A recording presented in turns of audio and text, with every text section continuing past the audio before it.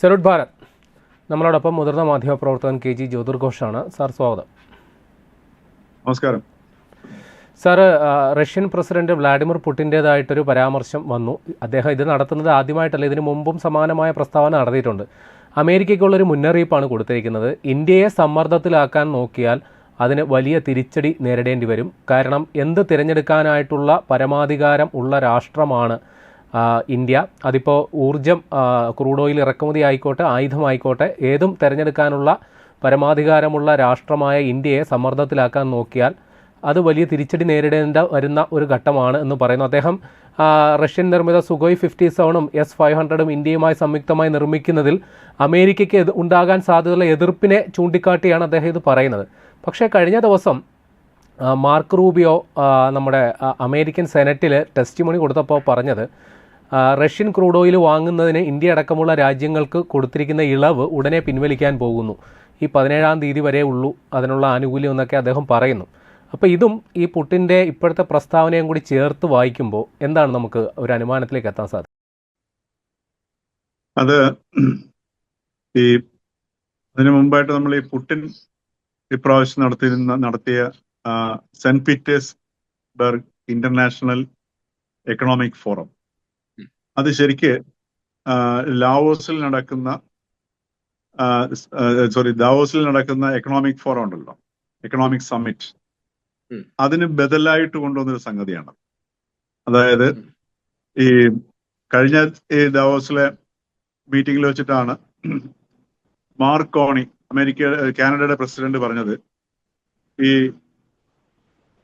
Rule പ്രകാരം, പഴയ order പ്രകാരമുള്ള സംഗതികളുടെ ലോകക്രമം അല്ലെങ്കിൽ ലോക വ്യവസ്ഥ അവസാനിച്ചിരിക്കുന്നു എന്ന് പ്രഖ്യാപിക്കുകയാണ്.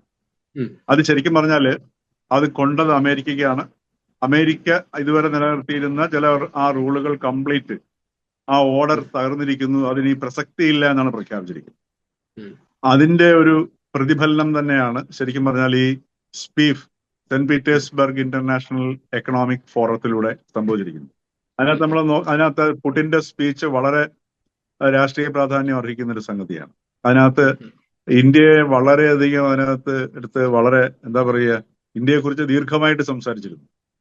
അതോടൊപ്പം തന്നെ നമ്മുടെ ഇന്ത്യയിൽ നിന്നുള്ള ഇന്ത്യ ടുഡേയുടെ വിദേശകാര്യ ലേഖിക ഗീതാ മോഹൻ, അവരാണ് ആ ഒരു സെഷൻ മോഡറേറ്റർ ആയിട്ടിരുന്നത്, നയിക്കുകയൊക്കെ ചെയ്തത്. അപ്പൊ ഇതെല്ലാം നമ്മൾ ആ ഒരു ഇതിലേക്ക് നോക്കിക്കഴിഞ്ഞാൽ മനസ്സിലാകുന്നത് ഈ ഒരു ബ്രിക്സിന്റെ എമർജൻസ്, അതോടൊപ്പം തന്നെ ചൈന, റഷ്യ, ഇന്ത്യ, ആഫ്രിക്കൻ രാജ്യങ്ങള് തുടങ്ങിയിട്ടുള്ള ബ്രിക് രാജ്യങ്ങളും ഈ ഒരു ചേരിയെല്ലാം കൂടെ ഉയർന്നു വരുന്നതിന്റെ ഒരു വലിയ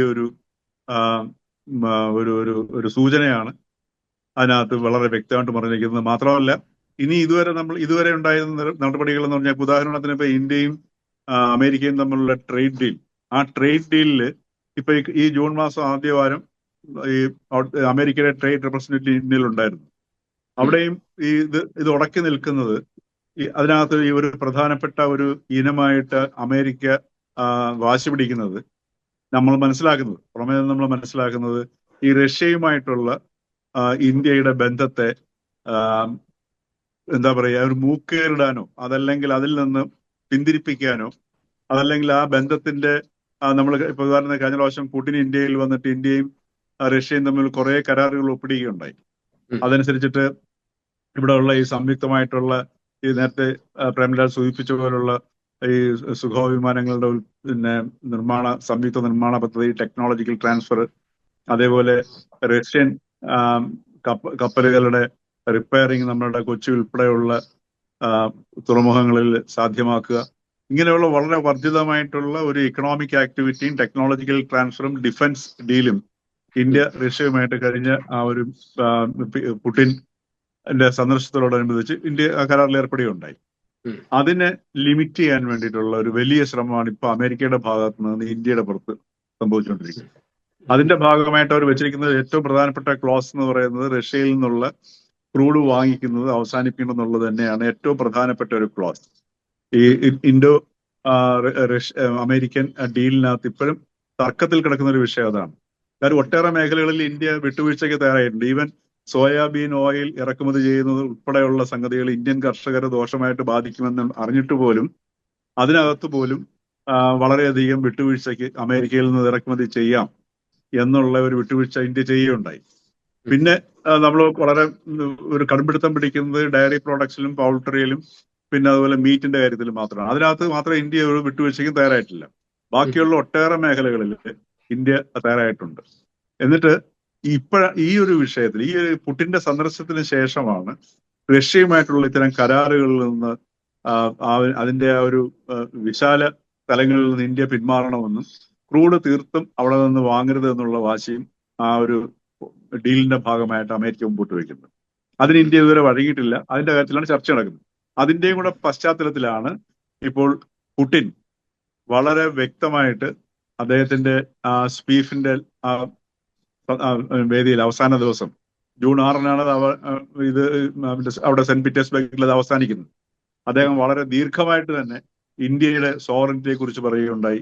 ഇന്ത്യയുടെ സ്വയംഭരണ അവകാശമുള്ള രാജ്യമാണ് ഇന്ത്യ. അതിനകത്തേക്ക് അമേരിക്ക ഉപാധികൾ വയ്ക്കുന്നത് ദൂരവ്യാപകമായ പ്രത്യാഘാതങ്ങൾ ഉണ്ടാകും. ഇന്ത്യയുമായിട്ട് ഉള്ള ഡിഫൻസ് ഡീലിനെ കുറിച്ചും ഡിഫൻസ് ഡീലിലെ ഏതെല്ലാം ടെക്നോളജിക്കൽ ട്രാൻസ്ഫർ ആണെന്നും സംയുക്തമായ നിർമ്മിതികൾ എന്തൊക്കെയാണ് പിന്നെ ഉൽപാദനങ്ങൾ എന്തിലൊക്കെയാണ് ഉണ്ടാക്കാൻ പോകുന്നതെന്നും ഒക്കെയുള്ള വിശദമായിട്ട് ഈ ലോക നേതാക്കന്മാരുടെ മുമ്പിലും അതേപോലെ വേൾഡ് എക്കണോമിക് ലീഡേഴ്സ് എന്ന് പറയുന്ന വ്യക്തികളുടെ മുമ്പിലും ഈ പുടിൻ അവതരിപ്പിക്കുകയുണ്ടായി. അപ്പൊ അതിനകത്ത് ഇന്ത്യ അതിനോട് വളരെ സൂക്ഷിച്ചിട്ടാണ് ഇതുവരെ ഈ നിമിഷം വരെ അതിനോടുള്ള റെസ്പോൺസ് എടുത്തിരിക്കുന്നത്. ഇന്ത്യ ആ കാര്യത്തിൽ ഇതുവരെ നിശബ്ദത പാലിച്ചിരിക്കുകയാണ് ചെയ്യുന്നത്. ആ നിശബ്ദതയ്ക്ക് ഈ പറഞ്ഞതുപോലെ അത് കേട്ടില്ല എന്നുള്ള സംഗതിയല്ല, വളരെ വ്യക്തമായിട്ടുള്ള ഒരു ലൗഡായിട്ടുള്ള ഒരു മറുപടി ആ ഇന്ത്യയുടെ നിശബ്ദതയിൽ ഉണ്ട് എന്നുള്ളതുമാണ്. അതോടൊപ്പം തന്നെ ഇന്ത്യയിൽ ഇപ്പോൾ നടന്നുകൊണ്ടിരിക്കുന്ന ചില ഉദാഹരണത്തിന് ഇന്ത്യയും ഈ പറഞ്ഞതുപോലെ പല വേദികളിലായിട്ട് ഈ ഇന്ത്യയുടെ വിദേശ നയമൊക്കെ ചർച്ച ചെയ്യപ്പെട്ടുകൊണ്ടിരിക്കുന്ന ഒരു സാഹചര്യം കൂടെയാണ്. അപ്പൊ അതിനകത്ത് ഒരു ഫോറിൻ നറേറ്റീവ്, ഒരു അമേരിക്കയുടെ ഭാഗത്തു നിന്നുള്ളൊരു നറേറ്റീവ് വളരെ ശക്തമായിട്ട് ഇറക്കുകയും അത് ഇന്ത്യൻ മാധ്യമങ്ങളിലും ഈ പറഞ്ഞതുപോലെ വളരെ സ്വാധീനം ചെലുത്തത്തക്ക രീതിയിൽ അതിന് പ്രചാരം കൊടുക്കുകയും ചെയ്യുന്നുണ്ട്. അതായത് പല ബോട്ടുകളിൽ ഇന്ത്യ കാലിട്ട് നിൽക്കുകയാണ്. അമേരിക്കയുമായിട്ട് സംസാരിക്കുന്നു, അതോടൊപ്പം തന്നെ റഷ്യയുമായിട്ട് ഇടപാടുകളിൽ ഏർപ്പെടുന്നു, ചൈനയുമായിട്ട് ഒരു ഭാഗത്ത് പിന്നെ വിട്ടുവീഴ്ചയില്ലാതെ ശത്രുത പുലർത്തുന്നു, ചൈനയുമായിട്ട് അതേസമയം ചൈനയുടെ വ്യാപാര ബോട്ടിൽ കാലുവയ്ക്കുന്നു. അങ്ങനെ ഓരോരോ ബോട്ടുകളിൽ പല പല കാലുകൾ വയ്ക്കുന്ന ഇന്ത്യയുടെ അവസ്ഥ എന്താകും, ഇത് ഒരു ശരിയായ നയമാണോ എന്നുള്ള ഒരു നറേറ്റീവ് ഇപ്പൊ ആഗോളതലത്തിൽ അതിന്റെ പിന്നിലും ഈ അമേരിക്കൻ ശക്തികളാണെന്നാണ് പറയുന്നത്, പ്രചരിപ്പിക്കുന്നുണ്ട്. അത് നമ്മുടെ ഇന്ത്യയിലും ഈ ഒരുപാട് വേദികളിൽ ഇപ്പോ ഉദാഹരണത്തിന് ഏറ്റവും ഒടുവിൽ നടന്ന ഹിന്ദുവിന്റെ നേതൃത്വത്തിലുള്ള ഒരു ചർച്ചയുണ്ടായിരുന്നു അന്താരാഷ്ട്ര നിയമത്തെ കുറിച്ചിട്ട്. അതിനകത്ത് ഈ പറഞ്ഞ അനുപമ റാവുവിന്റെ അടുത്ത്, നമ്മുടെ പഴയ വിദേശകാര്യ സെക്രട്ടറി അനുപമ റാവുവിന്റെ അടുത്ത് ഈ സുഹാസിനി ഹൈദർ, ഹിന്ദുവിന്റെ ഫോറിൻ അഫയേഴ്സ് എഡിറ്ററാണ്, അവരും ഈ ചോദ്യം ഉന്നയിക്കുന്നുണ്ട്. പക്ഷെ അതിന് അതിമനോഹരമായ ഒരു മറുപടിയാണ് ഈ അനുപമ റാവു നൽകിയത്. അതായത് ഇത് കാലിടുക എന്നുള്ളതല്ല, ഇന്ത്യ എവിടെ നിൽക്കുന്നു എന്നുള്ള രാജ്യത്തിന്റെ ക്ലാരിറ്റി, അതിന്റെ ഇൻട്രസ്റ്റ്, ആ കോർ ഇഷ്യൂവിൽ ഇന്ത്യ ഉറച്ചു നിൽക്കുന്നു എന്നുള്ളതാണ് ഇന്ത്യയുടെ ഒരു ഇപ്പോഴത്തെ വിദേശ നയത്തിന്റെ പ്രത്യേകത എന്നുള്ളത്. അതായത് നമ്മൾ നേരത്തെ പല സന്ദർഭങ്ങളിൽ ഇവിടെ നമ്മൾ സംസാരിച്ചിട്ടുണ്ട്, മൾട്ടി അലൈൻമെന്റ് ആണ് ഇപ്പോൾ ഇന്ത്യയുടെ നയം. അല്ലാതെ ഇതുവരെ ഉണ്ടായിരുന്നത് ഏതെങ്കിലും ഒരു ശാക്തിക ചേരിയോട് ഏതെങ്കിലും ഒരു അനുകമ്പയോ അല്ലെങ്കിൽ അടുപ്പമോ പ്രകടിപ്പിച്ചു നിൽക്കുന്ന, അതിന്റെ ഛായയെ അതിന്റെ ശക്തിയിൽ നിൽക്കുന്ന ഒരു സമീപനമായിരുന്നു ഉണ്ടായിരുന്നത്. നമ്മൾ നോൺ അലൈൻമെന്റ് എന്ന് പറയുമ്പോൾ പോലും ആ സമയത്ത് നമ്മൾ റഷ്യയുമായിട്ട് വളരെ കൂടുതൽ അടുത്ത ഒരു അന്തരീക്ഷമാണ് ഉണ്ടായിരുന്നത്. അപ്പൊ അത് മാറിയിട്ട് കോർ ഇൻട്രസ്റ്റ്, രാജ്യത്തിന്റെ കോർ ഇൻട്രസ്റ്റ് നോക്കുകയും അതനുസരിച്ചിട്ട് ഓരോ വിഷയങ്ങളിലും അതാത് വിഷയങ്ങളുടെ മെറിറ്റ് അനുസരിച്ച് ഇടപെടുകയും ചെയ്യുന്ന ഒരു വിദേശ നയമാണ് ഈ മൾട്ടി അലൈൻമെന്റ് വിദേശ നയം എന്ന് പറഞ്ഞ ഇന്ത്യയുടെ. അതാണെന്ന് ഈ അനുപമ റാവു വളരെ മനോഹരമായിട്ടത് പറയുകയുണ്ടായി. അതിന്റെ ഒരു റിഫ്ലക്ഷനും കൂടിയാണ്, അതിന്റെ ഒരു വേറൊരു വ്യാഖ്യാനമാണ് യഥാർത്ഥത്തില് പുടിൻ അവിടെ സെന്റ് പീറ്റേഴ്സ്ബർഗ് ഇന്റർനാഷണൽ എക്കണോമിക് ഫോറത്തിന്റെ വേദിയിലും പറഞ്ഞത്. അപ്പൊ ഇതെല്ലാം സൂചിപ്പിക്കാൻ നമ്മൾ കഴിഞ്ഞ ആഴ്ച നമ്മൾ ഡിസ്കസ് ചെയ്ത സംഗതിയുണ്ട്. ഈ അമേരിക്കൻ സാമ്രാജ്യത്വം തകരുന്നതിന്റെ ഒരു ലക്ഷണമാണ്. ആ തകർച്ച അമേരിക്കൻ സർക്കാരിന് അക്സെപ്റ്റ് ചെയ്യാൻ പറ്റുന്നില്ല. അമേരിക്കയിലുള്ള സകല സാമ്പത്തിക വിദഗ്ധരും ഇത് വിളിച്ചു പറയുകയും ചെയ്യുന്നു. അതുകൊണ്ടാണ് ഇപ്പോ ഈ ചൈന സന്ദർശനം അതിദയനീയം, ഒരുപക്ഷെ ലോക ചരിത്രത്തിൽ, ഈ ആധുനിക ചരിത്രത്തിൽ 2ാം ലോക മഹായുദ്ധത്തിന് ശേഷം ഒരു രാജ്യവും അല്ലെങ്കിൽ ഒരുപക്ഷെ അമേരിക്ക ഏറ്റവും ഗതികെട്ട പരാജയപ്പെട്ട ഒരു വിദേശ സന്ദർശനമായിരുന്നു ഈ ഒരു 3 ആഴ്ചയ്ക്ക് മുമ്പ് ട്രംപ് ചൈനയിലേക്ക് നടത്തിയത്. യാതൊരു വിധമായിട്ടുള്ള ഒരു നയപരമായിട്ടോ അതല്ലെങ്കിൽ ഒരു ഗുണപരമായിട്ടോ ഒരു നേട്ടവും ഉണ്ടാക്കാൻ പറ്റാതെ അമേരിക്ക ലജ്ജിച്ച് തിരിച്ച് അവിടുന്ന് പോവുകയാണ് ചെയ്തത്. വിശേഷിച്ചും അവിടെ വളരെ തൊട്ട് പിന്നാലെയാണ് പുടിൻ ചൈന സന്ദർശിക്കുന്നത്. അപ്പം വിദേശ മാധ്യമങ്ങള് ഈ പുടിനെ ഷേക്ക് ഹാൻഡ് ചെയ്യുന്നതും ട്രംപിനെ shake hand Xi Jinping shake hand ചെയ്യുന്നതും തമ്മിലുള്ള വ്യത്യാസങ്ങൾ പോലും ഉയർത്തി കാണിക്കുകയുണ്ടായി. ശരിക്കും പറഞ്ഞാൽ ട്രംപിനെ ഇൻസൾട്ട് ചെയ്തിട്ടാണ് ചൈനയിൽ നിന്ന് മറിച്ച് ഈ ട്രംപിനെ അയച്ചിരിക്കുന്നത്. അതിന്റെ ഭാഗമായിട്ടാണ് അവർ വളരെ ശക്തമായിട്ട് ഇപ്പോ ഈ കഴിഞ്ഞ ആഴ്ചയിൽ അവിടെ ഉണ്ടായിരുന്ന ഈ ഏഷ്യ പസഫിക് മീറ്റില് മാർക്ക് റൂബിയോ പറയുകയുണ്ടായി, നമ്മള് ചൈനയെ വളരെ ഭീഷണിയായിട്ട് ലോക രാജ്യങ്ങളുടെ മുമ്പിൽ ഉയർന്നു വരുന്നു. അതുകൊണ്ട് ഇൻഡോ പസഫിക് രാജ്യങ്ങളുമായിട്ടുള്ള നയത്തില് കൂടുതൽ മാറ്റം വേണ്ടി വന്നിരിക്കുന്നു. അവിടെ തായ്വാന്റെ വിഷയം, അതോടൊപ്പം തന്നെ ജപ്പാൻ, അതേപോലെ ഫിലിപ്പൈൻസ് അവരുമായിട്ടുള്ള വാണിജ്യ ഇടപാടുകൾ ഞങ്ങൾ ശക്തിപ്പെടുത്തുകയാണ്. ഈ രാജ്യത്തെ മിലിറ്ററി ശേഷി വർദ്ധിപ്പിക്കേണ്ട അത്യാവശ്യമായി മാറിയിരിക്കുന്നു എന്നുള്ള മുന്നറിയിപ്പുകൾ അമേരിക്ക കൊടുത്തത്. അതിന്റെയും കൂടെ പശ്ചാത്തലത്തിലാണ് ഇപ്പോൾ റൂബിയോ ഇപ്പോൾ നടത്തിയിരിക്കുന്ന ഈ ടെസ്റ്റിമണിയില് ഇന്ത്യയുടെ ഈ ഒരു വിഷയത്തിൽ എനിക്കൊരു കാര്യം അതിൽ ക്ലാരിറ്റി വരുത്താനുണ്ട്. അതായത് ഇപ്പോൾ നമ്മുടെ ഇറാൻ അമേരിക്ക യുദ്ധവുമായി ബന്ധപ്പെട്ട് വലിയ രീതിയിലുള്ളൊരു ഫ്യൂവൽ ക്രൈസിസ് നമ്മൾ അനുഭവിക്കുന്നുണ്ട്. വലിയ വിലക്കയറ്റം ആ മേഖലയിൽ അനുഭവിക്കുന്നുമുണ്ട്. അപ്പോൾ നമുക്ക് മുൻകാലങ്ങളിൽ, അതായത് ഈ യുദ്ധം തുടങ്ങുന്നതിന് മുൻപ് റഷ്യയിൽ നിന്ന് വളരെ ഡിസ്കൗണ്ട് നിരക്കിൽ ക്രൂഡ് ഓയിൽ കിട്ടുന്ന ഒരു സാഹചര്യം ഉണ്ടായിരുന്നു. $40 വരെയൊക്കെ ഡിസ്കൗണ്ട് നിരക്കിൽ കിട്ടിയിരുന്നു. അപ്പോൾ ആ സമയത്തൊക്കെ അത് ഇന്ത്യയുടെ സൗകര്യമാണ്, അവിടെ എവിടെ നിന്ന് ക്രൂഡ് ഓയിൽ വാങ്ങണമെന്നുള്ളത് രാജ്യ താല്പര്യം മുൻനിർത്തി നടത്തുന്ന ഒരു തീരുമാനമാണ് എന്ന് പറഞ്ഞുകൊണ്ടാണ് ഇന്ത്യ അമേരിക്കയുടെ താല്പര്യങ്ങൾക്ക് വിരുദ്ധമായി റഷ്യയിൽ നിന്ന് ക്രൂഡ് ഓയിൽ വാങ്ങിക്കൊണ്ടേയിരുന്നത്. പക്ഷേ ഇവിടെ ഇപ്പോൾ ഈ ഇളവുകൾ പിൻവലിക്കപ്പെടുകയാണെങ്കിൽ സ്വാഭാവികമായിട്ടും റഷ്യൻ ക്രൂഡ് ഓയിൽ വാങ്ങേണ്ട എന്നൊരു നിലപാട് വരികയാണെങ്കിൽ വീണ്ടും റഷ്യ ഈ ക്രൂഡ് ഓയിൽ വിലയിൽ വലിയ ഡിസ്കൗണ്ടുകൾ, ആകർഷകമായ ഡിസ്കൗണ്ടുകളൊക്കെ പ്രഖ്യാപിച്ചുകൊണ്ട് ഇന്ത്യൻ വിപണി വീണ്ടും അവരുടെ വരുതിയിൽ നിർത്താനായിട്ടുള്ള ശ്രമം നടത്തും. അങ്ങനെയാണെങ്കിൽ നിലവിൽ നമ്മുടെ രാജ്യത്തെ അവസ്ഥ വെച്ച് നോക്കുമ്പോൾ അത് വളരെ അനുകൂലമായൊരു സാഹചര്യമാണ്. പക്ഷേ അമേരിക്കൻ താല്പര്യങ്ങൾ അതിന് കീഴ്പ്പെട്ടുകൊണ്ട് അത് വേണ്ടെന്ന് വെക്കുമോ, അതോ ഈ സാഹചര്യത്തിൽ നമ്മുടെ ഊർജ്ജ പ്രതിസന്ധി മറികടക്കാൻ, ഈ വിലക്കയറ്റം മറികടക്കാൻ റഷ്യയുടെ സാധ്യത ഉപയോഗപ്പെടുത്തുമോ, ആ ഒരു തീരുമാനത്തിലേക്കാവുമോ നമ്മുടെ രാജ്യം ഈ ഘട്ടത്തിൽ പോവുക? അത് അവിടെയാണ് നമുക്ക് ഒരുപാട് വിഷയങ്ങൾ നമ്മുടെ മുമ്പിൽ വരുന്നത്. ഉദാഹരണത്തിന് ഇപ്പം പ്രേംലാൽ പറഞ്ഞതുപോലെ നേരത്തെ നമ്മൾ $40 താഴെ വരെ വാങ്ങിയിട്ടുണ്ട് റഷ്യയിൽ ഡിസ്കൗണ്ട് പ്രൈസ്. എന്തുകൊണ്ട് അത് വാങ്ങിയെന്ന് വെച്ചാൽ നമ്മൾ ആ എണ്ണ ഈ യുക്രൈൻ വാർ തുടങ്ങിയതിന് ശേഷം ആ എണ്ണ നമ്മൾ ഇവിടെ വാങ്ങിക്കൊണ്ടുവന്ന് നമ്മളിവിടെ വൃത്തിയായിട്ട് അത് പ്യൂരിഫൈ ചെയ്തിട്ട് ഈ യൂറോപ്പിലേക്കും അങ്ങോട്ടും ഇങ്ങോട്ട് കയറ്റി അയക്കുകയായിരുന്നു ചെയ്തത്. അമേരിക്കയിലേക്കും പോയി എന്ന് പറയപ്പെടുന്നുണ്ട്. അമേരിക്കയിലേക്കും പോയി. ഇപ്പൊ അതിന്റെ ആവശ്യം അവർക്കില്ല വന്നപ്പോഴത്തേക്ക് അവരെന്ത് ചെയ്തു, ഇന്ത്യയുടെ പുറത്ത് ഈ നിയന്ത്രണം കൊണ്ടുവരുന്നു. അപ്പൊ നമ്മളുടെ മുമ്പിലുള്ള ഏറ്റവും വലിയൊരു വിഷയം എന്ന് വെച്ചാൽ നമ്മുടെ ഇന്ത്യയിലേക്ക്, ഇപ്പൊ കേരളം ഉൾപ്പെടെയുള്ള രാജ്യങ്ങളിലെ ടെക്സ്റ്റൈൽ ഇൻഡസ്ട്രി. ഇപ്പൊ നമ്മുടെ കയറ്റുമതിയെ നമ്മൾ നോക്കേണ്ട ആവശ്യമുണ്ട്. അമേരിക്ക ഒരു വലിയ വിപണിയാണ്. നമ്മുടെ ഏറ്റവും കൂടുതൽ ഉൽപ്പന്നങ്ങൾ കയറ്റി അയക്കപ്പെട്ടുകൊണ്ടിരുന്ന ഒരു രാജ്യം എന്ന് പറയുന്നത് അമേരിക്കയാണ്. അപ്പൊ ആ വിപണിയെ നമുക്ക് തിരിച്ചുപിടിക്കുക, നിലനിർത്തുക എന്നുള്ളത് നമ്മുടെ വളരെ ആവശ്യമാണ്. അതുകൊണ്ടാണ് ഇന്ത്യ ഒരുപാട് വിട്ടുവീഴ്ചയ്ക്ക് തയ്യാറാവുന്നത്. ഇതുവരെ ഈ ചർച്ച നീണ്ടുപോകുന്നതിന്റെ കാരണം അത് തന്നെയാണ്. അപ്പോ അതൊരു ഭാഗത്ത് നിൽക്കുന്നുണ്ട്. അതോടൊപ്പം തന്നെ ഇന്ത്യ വേറൊരു ഒരു എക്കോസിസ്റ്റം ക്രിയേറ്റ് ചെയ്യുന്നതിന് തീവ്രമായ ശ്രമം നടത്തി അത് വിജയിക്കുകയും ചെയ്യുന്നു. ഉദാഹരണത്തിന് യൂറോപ്പുമായിട്ടുണ്ടായിരിക്കുന്ന ട്രേഡ് ഡീൽ വളരെ, ഇപ്പം യൂറോപ്യൻ യൂണിയൻ പ്രസിഡന്റ് പറഞ്ഞിരിക്കുന്നത് the mother of all deals എന്നാ പറഞ്ഞേക്കുന്നത്.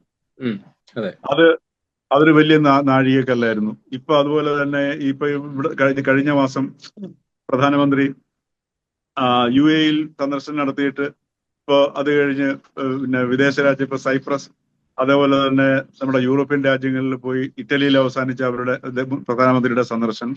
അപ്പൊ ഇതൊക്കെ പുതിയ ഒരു എക്കോ സിസ്റ്റത്തിലേക്ക് രാജ്യത്തെയും അതോടൊപ്പം തന്നെ ലോകക്രമത്തെയും കൊണ്ടുവരുന്ന ശ്രമങ്ങൾ നടത്തുന്നുണ്ട്.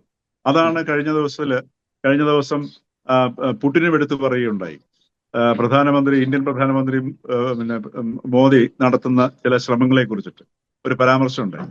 അത് ഇത്തരം ഒരു രീതിയിൽ അമേരിക്കയെ ഒറ്റപ്പെടുത്തുകയും അമേരിക്കൻ സാമ്രാജ്യത്വം എന്ന് പറയുന്നത് തകർച്ച നേടുകയാണെന്നും അതോടൊപ്പം ഒരു പുതിയ ലോകക്രമത്തിന്റെ, ആ ലോകക്രമത്തിനകത്ത് നമുക്ക് ആരൊക്കെ വരും, എങ്ങനെയൊക്കെ ആയിരിക്കും ഉണ്ടാകുന്നുള്ളത് നമുക്കിപ്പോഴും അവ്യക്തമാണ്, പറയാൻ പറ്റില്ല. ഉദാഹരണത്തിന് പുടിന്റെ പ്രസംഗത്തിനകത്ത് പുടിൻ യൂറോപ്പിനെ പ്രതിസ്ഥാനത്ത് നിർത്തിക്കൊണ്ടാണ് സംസാരിച്ചത്. അപ്പൊ നമ്മളെ സംബന്ധിച്ച് യൂറോപ്പ് പ്രതിസ്ഥാനത്തല്ല, മനസ്സിലായില്ലേ? അതുകൊണ്ടാണ് അതും മുൻകൂട്ടി കണ്ടുകൊണ്ടായിരിക്കണം ഒരുപക്ഷെ ഈ പുടിൻ പറഞ്ഞത് പ്രധാനമന്ത്രി ഇന്ത്യ ഒരു വലിയ ഒരു പിവറ്റൽ റോൾ ഇതിനകത്ത് വഹിക്കുന്നുണ്ടെന്നാണ് പറഞ്ഞത്. അപ്പം റഷ്യയുടെ അതേ നിലപാടുകളോട് ഒരിക്കലും ഇന്ത്യക്ക് യോജിക്കാൻ പറ്റത്തില്ല, അമേരിക്കയോടും യോജിക്കാൻ പറ്റത്തില്ല. അപ്പൊ അങ്ങനെ ഒരു പുതിയൊരു ക്രമത്തിലേക്ക് ഇത് സംഗതി കൊണ്ടുപോകുന്നു. അതേപോലെ തന്നെ ഇപ്പൊ സൈപ്രസുമായിട്ട് ഉണ്ടാക്കിയ നമ്മളുടെ കരാർ വളരെ നിർണായകമാണ്. ചെറിയൊരു രാജ്യമാണ്, വളരെ ഒരു കുഞ്ഞ് പ്രദേശമാണ് സൈപ്രസ്. അവിടെ നമ്മൾ ഉണ്ടാക്കിയതിന്റെ പ്രതിഫലനം ഇപ്പൊ തന്നെ തുർക്കിയിൽ നമ്മൾ കണ്ടു കഴിഞ്ഞു. തുർക്കി നമ്മളുമായിട്ട് ബന്ധം പുനഃസ്ഥാപിക്കാൻ, പാകിസ്ഥാനുമായിട്ട് ഓപ്പറേഷൻ സിന്ദൂറിന് ശേഷം മോശമായ ബന്ധം സ്ഥാപിക്കാൻ മുന്നോട്ട് വരുന്നു. അതുപോലെ തന്നെ India European middle east corridor, ആ കോറിഡോറിൽ ഏറ്റവും നിർണായകമായ ഒരു സ്ട്രാറ്റജിക് പോയിന്റ് ആണ് ശരിക്കും പറഞ്ഞാൽ ഈ സൈപ്രസ് വഹിക്കുന്നത്. അപ്പൊ ഈ യൂറോപ്പായിട്ടുള്ള കരാറ്, അതോടൊപ്പം യൂറോപ്പായിട്ടുള്ള ഈ കോറിഡോർ, ഇതെല്ലാം ഒരു പുതിയ അന്തരീക്ഷത്തെയും ഒരു എക്കോസിസ്റ്റത്തെയും സൃഷ്ടിക്കുന്നു എന്നുള്ളത് ഒരു യാഥാർത്ഥ്യമാണ്. അപ്പൊ ഒരു ഭാഗത്ത് നമ്മൾ പ്രതിസന്ധി നേരിടുന്നുണ്ട്, അതേസമയം തന്നെ മറുഭാഗത്ത് ഒരു പുതിയ സിസ്റ്റത്തിനെ എമർജ് ചെയ്യുന്ന ഒരു ചിത്രവും ഉയർന്നു വരുന്നുണ്ട്. അപ്പൊ ഈ ഒരു സാഹചര്യത്തില് ഈ അമേരിക്ക ഇതിനകത്തൊരു കടുംപിടുത്തം പിടിക്കുകയാണെങ്കിൽ, അതല്ലെങ്കിൽ കാര്യം ഈ സാങ്ഷൻ എന്ന് പറയുന്നത് നമുക്ക് വെറുതെ ഇപ്പം നമുക്കിവിടെ രാഷ്ട്രീയ പ്രസ്താവനകളൊക്കെ പറയുന്നത് പോലെ വെറുതെ നമുക്ക് തള്ളിക്കളയാനും പറ്റത്തില്ല. കാര്യം ഇതിനകത്ത് ഒരുപാട് പ്രായോഗിക പ്രശ്നങ്ങളുണ്ട്. ഇപ്പൊ അമേരിക്ക സാങ്ഷൻ ഏർപ്പെടുത്തി കഴിഞ്ഞാൽ നമുക്കത് നമ്മുടെ സോവറിൻ രാജ്യമാണ് എന്ന് പറഞ്ഞാലും നമുക്ക് ഒരുപാട് സാങ്കേതിക വിഷയങ്ങൾ, ഇപ്പൊ നമ്മൾ പോർട്ടുകൾ ഉപയോഗിക്കുന്നതിനാണെങ്കിലും ഇതിന്റെ മൂവ്മെന്റിലൊക്കെ ഒരുപാട് വിഷയങ്ങൾ ഇതിനകത്ത് ഇൻവോൾവ് ആണ്, ഇല്ലാന്ന് നമ്മൾ പറഞ്ഞിട്ട് കാര്യമില്ല. അപ്പൊ അത്തരമൊരു സാഹചര്യത്തിൽ അതിനെ എങ്ങനെ മറികടക്കാൻ കഴിയും? ഇന്ത്യക്ക് അതിന്റെ സോവറിൻ സ്വഭാവം മുന്നോട്ട് വെച്ചുകൊണ്ട് ഇന്ത്യ ആരുടെ കയ്യിൽ നിന്ന് എന്തൊക്കെ വാങ്ങണം, അല്ലെങ്കിൽ റഷ്യയിൽ നിന്ന് എണ്ണ വാങ്ങണം, അതല്ല ഇപ്പൊ റഷ്യയിലെ ഓയിലിനെക്കാട്ടി ചീപ്പായിട്ട് നമുക്ക് വെനിസുലയിൽ നിന്ന് കിട്ടുന്നുണ്ടെങ്കിൽ അത് നമുക്ക് വാങ്ങണം. ഇപ്പൊ നമ്മൾ വെനിസുലയിൽ ഇറക്കുമതി ചെയ്യാൻ തീരുമാനിക്കുന്നത് പോലും നമ്മുടെ ഇന്ത്യ അമേരിക്ക ട്രേഡ് കരാറുമായിട്ട് പരോക്ഷമായി ബന്ധമുള്ള സംഗതിയാണ്. കാര്യം വെനിസുലയിൽ നിന്ന് വാങ്ങുക എന്ന് പറഞ്ഞാൽ നമ്മൾ അമേരിക്കയിൽ നിന്ന് വാങ്ങുന്നതിന് തുല്യമാണ് ഏകദേശം ഇപ്പോഴത്തെ അവസ്ഥയിൽ, അല്ലേ? കാരണം അമേരിക്കയുടെ പാവ സർക്കാരാണ് ഇപ്പൊ വെനിസുലയിലുള്ളത്. അവരവിടെ നിന്ന് നല്ല സുന്ദരമായിട്ട് എണ്ണ അടിച്ച് മാറ്റിക്കൊണ്ട് പോവുകയും ചെയ്യുന്നുണ്ട്.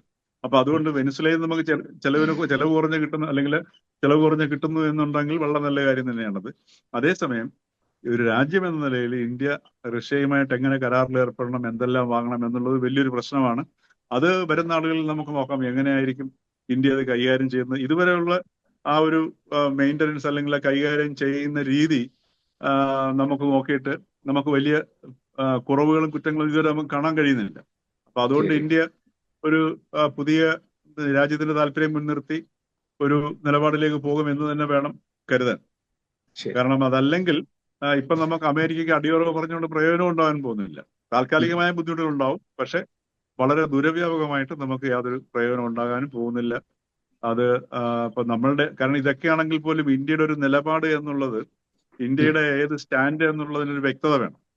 ഇപ്പോഴത്തെ ഈ പുതിയ ജിയോ പൊളിറ്റിക്സിൽ ഏറ്റവും പ്രധാനമായിട്ടുള്ളത് ഈ ക്ലാരിറ്റി ഓഫ് സ്റ്റാൻഡാണ്. ആ ക്ലാരിറ്റി ഓഫ് സ്റ്റാൻഡ്, അതായത് ഇപ്പൊ ഉദാഹരണത്തിന് റഷ്യക്ക് റഷ്യ തിരിച്ചറിയുന്നില്ല, പുടിൻ തിരിച്ചറിയുന്നു ഇന്ത്യ വളരെ സ്വതന്ത്രമായിട്ട് യൂറോപ്പുമായിട്ട് ബന്ധം പുലർത്തുന്നു, അമേരിക്കയുമായിട്ട് ബന്ധം പുലർത്തുന്നു, ചൈനയുമായിട്ട് ബന്ധം പുലർത്തുന്നു, അതോടൊപ്പം തന്നെ ഞങ്ങളുമായിട്ട് ബന്ധം പുലർത്തുന്നു. അത് ഇന്ത്യയുടെ ഒരു വിദേശ നയത്തിന്റെ വ്യക്തതയാണ്. മറിച്ച് പുടിൻ യൂറോപ്പിനെ കുറ്റപ്പെടുത്തിക്കൊണ്ടാണ് കഴിഞ്ഞ ദിവസം സംസാരിക്കുന്നത്. അതുകൊണ്ട് മുൻപത്തെ ഒരു നയം അനുസരിച്ചിട്ടാണെങ്കിൽ പുടിൻ കുറ്റപ്പെടുത്തി കഴിഞ്ഞാൽ ഇന്ത്യ അതിനോട് എങ്ങനെ പ്രതികരിക്കണം എന്നൊരു സംശയം ഉണ്ടാകുമായിരുന്നു. ഇന്നിപ്പോ ആ സംശയം നമുക്ക് നമ്മുടെ വിദേശ നയത്തിലില്ല. നമുക്ക് വളരെ മനോഹരമായിട്ട് ഈ യൂറോപ്യൻ രാജ്യങ്ങളായിട്ട് ബന്ധം പുലർത്തുകയും കരാറിൽ ഏർപ്പെടുകയും ചെയ്യാനും പറ്റുന്നുണ്ട്. അപ്പൊ അത്തരത്തിലൊരു ക്ലാരിറ്റി എന്നുള്ളൊരു സംഗതിയാണ് ഇന്നത്തെ ജിയോ പൊളിറ്റിക്സിലെ ഏറ്റവും പ്രധാനം. ഇതുവരെ ഇന്ത്യ ക്ലാരിറ്റി നിലനിർത്തിയിട്ടുണ്ട് എന്നുള്ളത് തന്നെയാണ് നമുക്ക് മനസ്സിലാക്കാൻ കഴിയുന്നത്. യെസ്, ശരി, നന്ദി.